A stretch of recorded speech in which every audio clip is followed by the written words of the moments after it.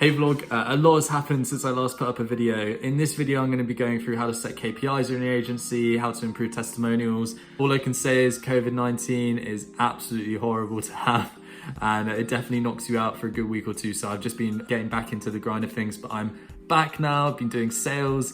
If you haven't subscribed yet, please subscribe, or at least give the video a like if you enjoy it. You can connect with me on LinkedIn if you want to find out more, and you can follow me on Instagram if you want to keep up with my posts.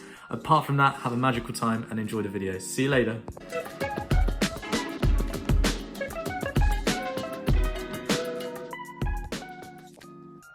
Hey guys, a lot to go through. Oh my god. Hopefully it won't take me too long. No, we haven't vlog. An empty email box. So something that was always causing me a lot of problems was this always being full of emails whenever I opened it up, but actually you don't need the emails in your primary tab. A really cool tip that I have is when you go on an email and you've read it and you've also sorted out the problem or replied to it and sorted out the solution, you can just hit the archive button. It keeps the copy of the email in your inbox in case you need to search for it, but also then it doesn't appear in this primary tab. So it makes me feel a lot less stressed. I'm not sure why. I'm only ever then dealing with 3 or 4 emails, whereas sometimes you're looking at a massive list and then that causes you to go down a rabbit hole of like, oh, well, I need to reply to this and stuff. But this method forces me to reply to every email before I'm allowed to archive it. And with the goal of clearing this inbox every time I do a batch email session, I have to force myself then to reply to the emails or sort out whatever problem is going on, or make sure that I schedule the work as well.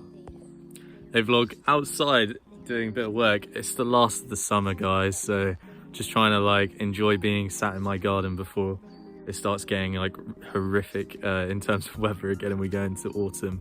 What's your guys' favorite month? Let me know in the comments. I'm writing some LinkedIn posts at the moment for the week, and I just wanted to give you some advice. So if you're ever putting testimonials on your website, make sure to include a picture of that customer that you service, because it makes the review look so much more legit and people feel, oh, this is a real human being that's talking.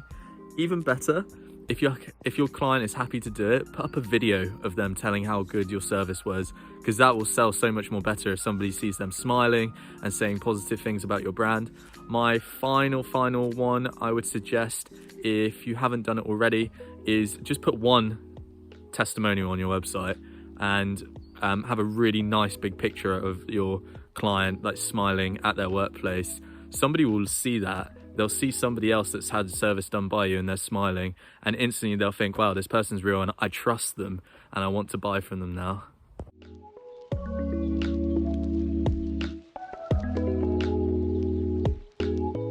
Hey vlog, it's Wednesday, but today I'm working on KPIs. Now, when I was ill and before the last episode that you saw, you guys didn't see the wall, but let me show you the wall. I did a lot of planning previously, and the biggest thing that I'm trying to figure out at the moment are KPIs that can tell me every single week how the business is doing, whether we're moving forward or not, or what I need to be working on the next week.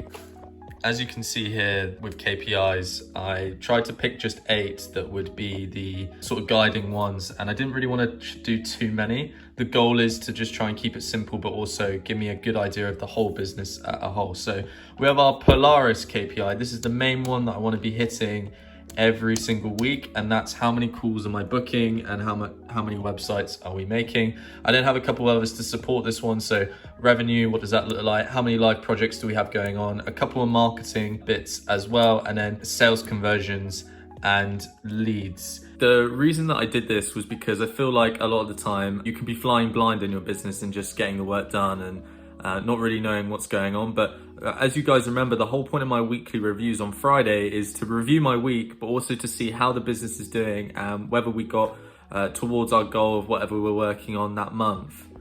So as always, there's a coded document for it. At the moment, I've kind of put them into separate sections. The main point of this is it's going to be a data store that then gets spun up into my week review. So as you can see here, I have tasks that I've moved to my review section. So I know that at the end of the week, I can go through all the tasks that I did, review them, and if I'm happy with them, then I can move them to complete. And if I'm not, then I can move them back to be worked on next week. This is a really good exercise because at the moment, I've really allowed the review column to fill up. But it's also good just to relook at what you worked on and make sure that everything that you've done is to the standard that you want. And also it's a good reminder in case you completed a task and then something happened. So at the end of the week, I can catch any unfortunate things that may happen that I need to then fix. On top of that, we then have our KPI section. So the idea here is I'm gonna have some charts that just spin up the data and allow me to understand very quickly, are we moving towards our goals? Because of how long my week review is starting to become now and how important it is, I've given it 2 hours on a Friday so that I can make sure that I give myself enough time. There's a lot of data entry now and making sure that I'm on top of things. And then just straight after that, I have my coaching with my coach. So it's a really nice way to kind of wrap up the week. And then as I go into my coaching, I know exactly what we're working on overall. So I'm interested to know whether you guys do reviews at all of what's going on in your company, whether you have any KPIs that you track or OKRs. And I'd be really interested to know. So let me know in the comments what you track inside your business at the moment and how is that helping you? What sort of progress are you seeing? And am I missing anything? Are there any KPIs that you would recommend that are like really critical to your business? So I'm gonna do a deep work session now for the next 2 hours, just working on putting this data store together. The goal is to make the data entry really quick so I can just do it within 10 to 15 minutes on a Friday, and also to make sure that I capture everything that I need so I understand exactly how things are going. Revenue, sales, booking calls, marketing, just about everything really.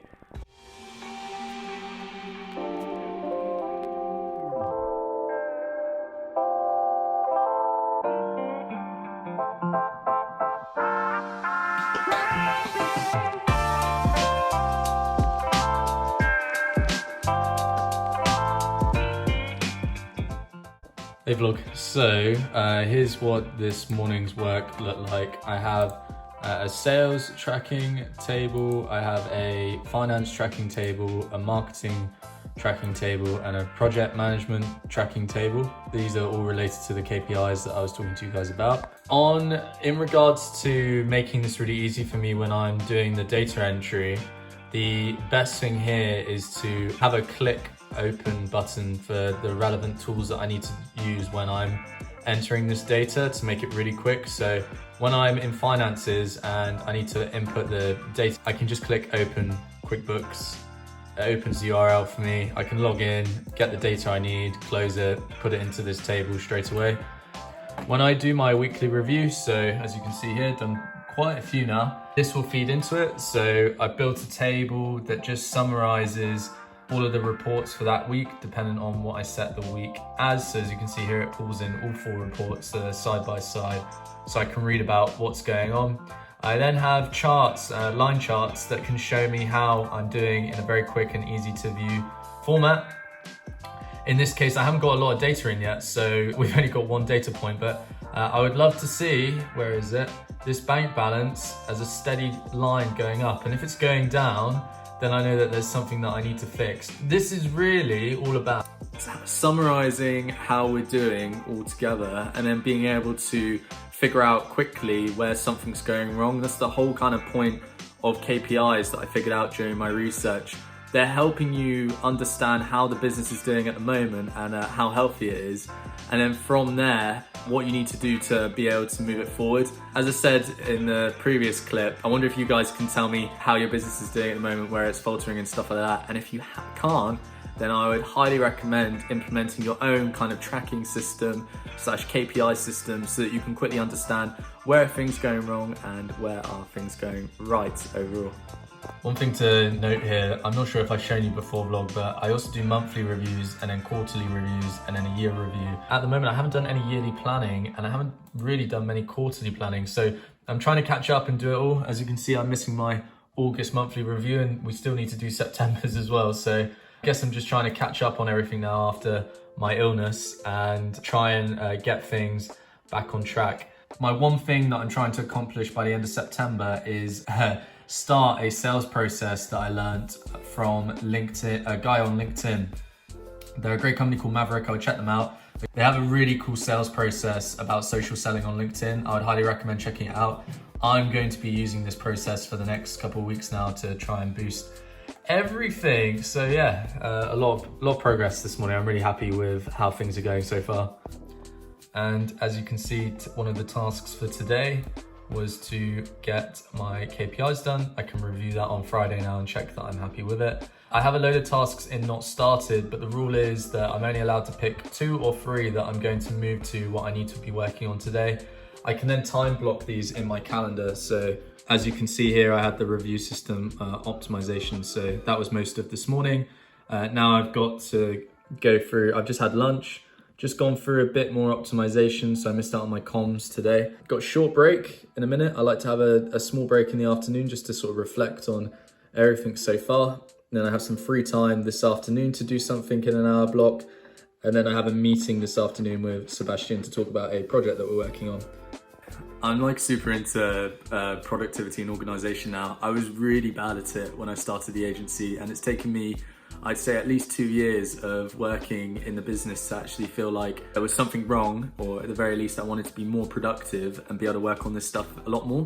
As always, I'm open to suggestions, so if you guys have any tips or anything that you think I'm missing, let me know in the comments. I always feel like we're on this journey together, so I'm always interested to hear your opinion and what you think I could be doing better, whether that's putting more content up for you guys, or you've spotted something in my system that you think could be improved. Let me know down below. What was I going to say? You've had a stressful one, or you're feeling like you've got too many thoughts in your head. If it's sunny outside, go for a walk. If it's not, go to the gym. Just enjoy a bit of the outdoors and nature, and try and remove yourself from what you usually do. So if you usually watch TV in the evening, why don't you go meet a friend that you haven't seen in a very long time? Just try and break patterns and do something completely different that's going to help you feel better. What's up guys, just trying to automate our proposal templates a little bit more. Before we were sending a proposal and then as a contract separately, I want it all to be within one document. So I've just been setting up the template today so that somebody within my company or I can come in and just fill in all the relevant information really quickly. There's still a couple things that I want to add to this proposal, but my main task for today was to make sure that we have all of the phases in there and a timeline as well. And then our contract is actually inside the proposal as well, so they can read all of the points that we have and then sign off the proposal.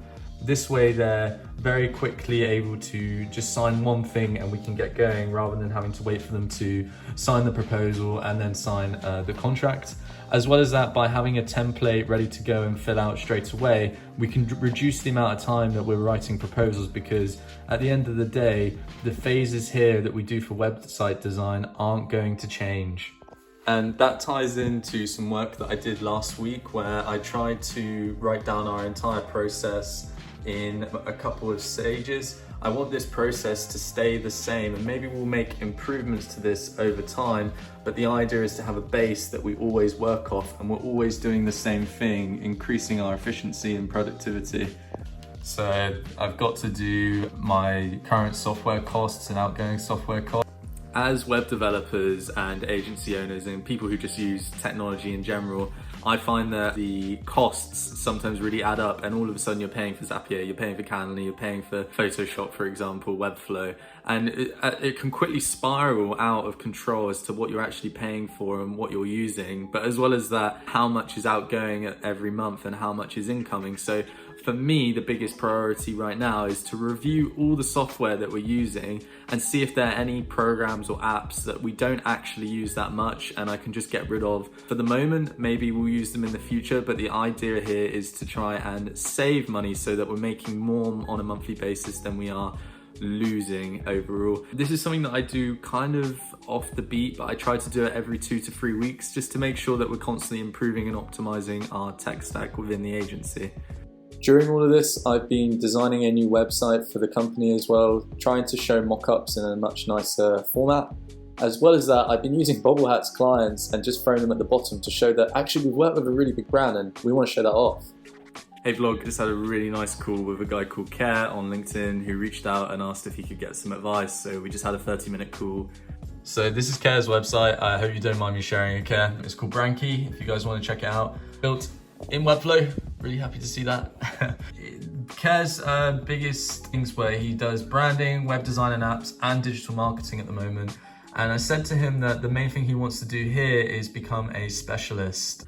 You want to become a specialist vlog in one service that you can provide really well and just work on the process of that service, thinking about all the different steps that a client will take and then just really working hard on getting clients through that process and being able to continue to improve that service. When you're offering loads of services, you're all over the place and you can't focus on just one process. Once you've got one service nailed down and it's going really well, you can then focus on the other services that you're going to offer, adding them on one by one. The other thing that I said to Kel was that he really needs to pick a niche and focus on it. Now, I got this advice from Ran Segal when I did his freelancer course, and it's the biggest piece of advice that's made the biggest change in my agency. Because when you go to a really big real estate company who have a marketing spend of $100,000 a year, for example, and they're looking for somebody to help them with the website or the marketing, the main thing they're going to be looking for are you a specialist in the services that you offer? Are you a specialist in my niche?